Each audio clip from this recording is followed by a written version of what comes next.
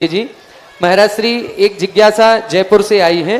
उसमें लिखा है कि हे गुरुवर, समो शरण में प्रतिमा का क्या स्वरूप होता है और चारों दिशाओं में वह किस तरह दिखाई देती है? क्या 5 और 7 मुख वाली भी प्रतिमा हो सकती है? नहीं, देखो भगवान के ओम शांति। पूज्यवर यति विश्व आचार्य महाराज ने चतुर्मुख का अर्थ ये नहीं है कि मुख अकेले 4 होते हैं। देखो अब आज फिर बच्चे लोगों को चुप करे ना।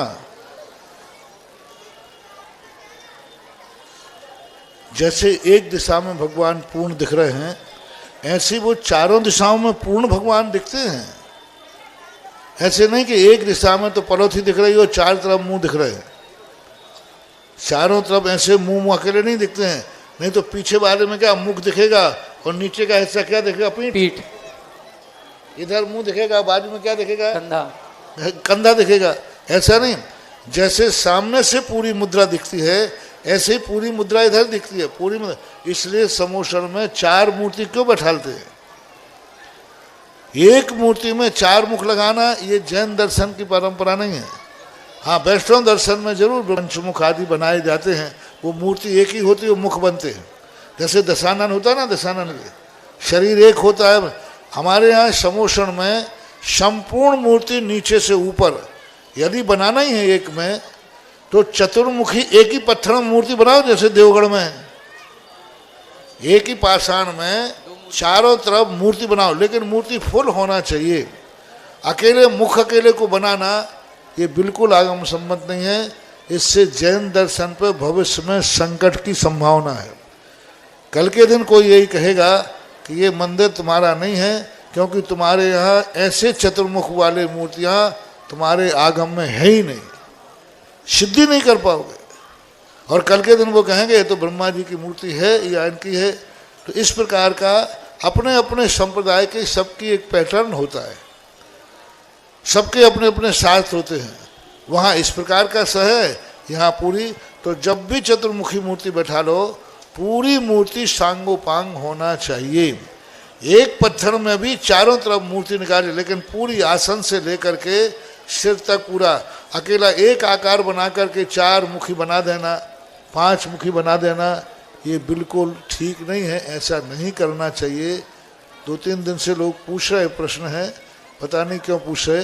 तो इस प्रकार का, पर इस प्रकार की मूर्ति समोषण में कभी बैठाना है।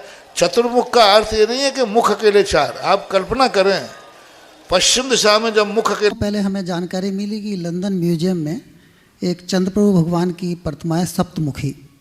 उसमें प्रशस्ति में 1935 संवत लिखा हुआ है। महाराज जी, उसमें मेरे 2 क्वेश्चन हैं। एक तो क्या है कि उसको देखा देखी कुछ आजकल चल पड़ा है कि हमारे भारतवर्ष में भी अनेक लोग उस तरह की स्थापना करने लगे सप्तमुखी का। मैं ये जानना चाहता हूँ, क्या आगम सम्मत है या आगम में इस तरह की कोई व्यवस्था है कि हम सप्तमुखी जिनेंद्र भगवान की प्रतिमा विराजमान कर पाएँ? देखो, ऐसा है, अगर शास्त्र की बात करोगे तो शास्त्र में प्रतिमा विज्ञान का पूर्ण वर्णन है। प्रतिष्ठा शास्त्रों में प्रतिष्ठेय और अप्रतिष्ठेय जिन प्रतिमाओं का स्पष्ट विधान है। वहाँ कहीं भी किसी भी आगम में एक मुख से अधिक प्रतिमा को प्रतिष्ठेय नहीं माना। आपने जो ब्रिटिश म्यूजियम लंदन की प्रतिमा का उल्लेख किया है, मैंने उसकी तस्वीर देखी है। मैं बता रहा हूँ, यह 1935 संवत में प्रतिष्ठापित वो प्रतिमा जहाँ भी हुई हो, भट्टारक सुरेंद्र कीर्ति या ललित कीर्ति ने उसकी स्थापना की, वो भारत में मान्य नहीं हुई। इसके अतिरिक्त अन्य किसी प्रतिमा का उल्लेख देखने को नहीं मिलता। शायद इसीलिए वो लंदन चलेगी। संवत 1935 अभी 2076 है, 77 140 साल पुरानी है, ज़्यादा पुरानी, 140-42 साल पुरानी। यहाँ मान्य नहीं रहा, क्योंकि वीतरागता के द्योतक प्रतिमाओं का ही अंकन होना चाहिए।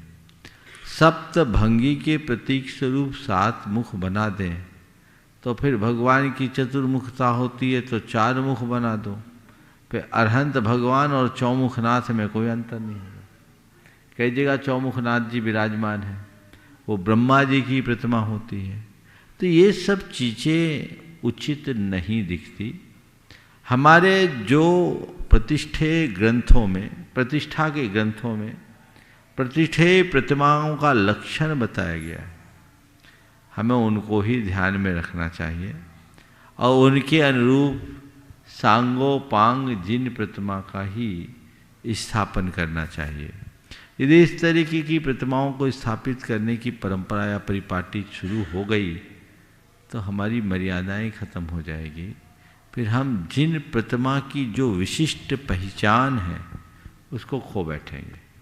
इसलिए आपने मुझसे पूछा है तो मैंने अपना अभिमत प्रकट कर दिया। शायद यही कारण है कि वो एक प्रतिमा के अलावा दूसरी प्रतिमाएं प्रतिष्ठित नहीं हुई, नहीं तो फिर तो लोग अनुकरण भी करते हैं। खुद भट्टारक सुरेंद्र कीर्ति ने दूसरी जगह नहीं की। भट्टारक सुरेंद्र कीर्ति एक बड़े प्रभावी भट्टारक थे, उनके काल में अनेक प्रतिष्ठाएं हुई, लेकिन उनने भी नहीं की। तो ये चीज़ें कतई उचित नहीं है और हमें ऐसी परंपराओं को कभी भी प्रोत्साहित नहीं करना चाहिए, क्योंकि इसके दूरगामी परिणाम अच्छे नहीं होंगे। नमस्ते महाराज।